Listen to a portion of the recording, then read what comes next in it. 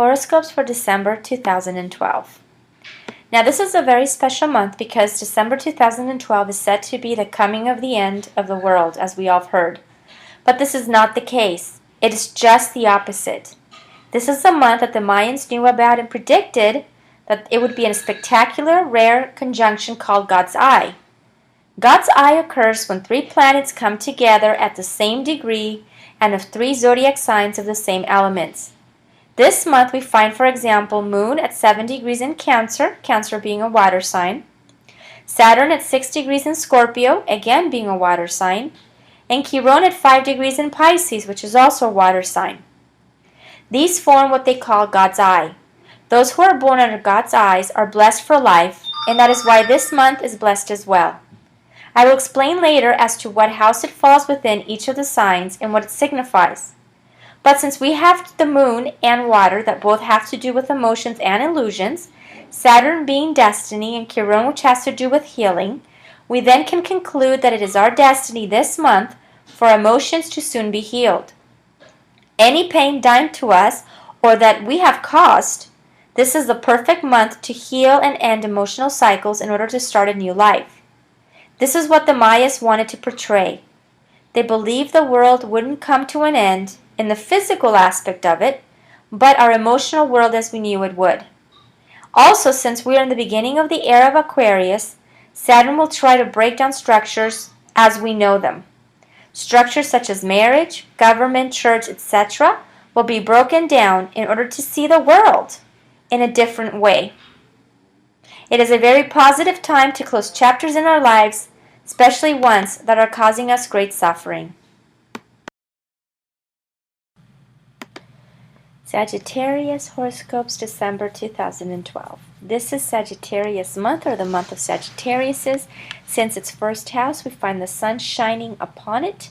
This month, Sagittarius, you will be very creative, and you will be applying your creativeness to your business, resulting in a fruitful outcome due to Mars visiting your second house. So take full advantage this month because you will have lots of energy here. In respect to your third house, you have the Wheel of Fortune, which is ideal for short trips.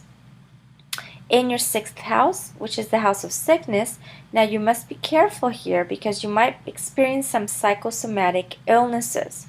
These are illnesses that have no known or any cause at all, but basically our minds produce these symptoms that's something that's really not there. So just remember that they may not be real illnesses. What you're experiencing may not really be real, but just more psychosomatic symptoms. Basically, mind's playing tricks on us in some cases. In the seventh house, we must be careful with our marriage or partner because that could be leading to some frustrations in our marriage this month. In regards to your transformation or crisis, which you understand you have been having, it is going to be at a max this month, but for the positive due to God's Eye, which is in the 8th house. During this last year, you've had a very tough time, so it's about time you start taking control of your life. Saturn on the 12th house, which is the house of karma, is probably the worst combination possible, but try to look at it in a more positive way, in positive things. These hardships will enhance your life for the better. Okay, they are hardships, but at the end of the day, there's a light at the end of the tunnel, and it will be for the better. Now, the word karma has gotten bad raps, as you know. Anytime we hear the word karma, everybody panics a little bit, and there's a negative connotation to it. But try not to look at it so negatively.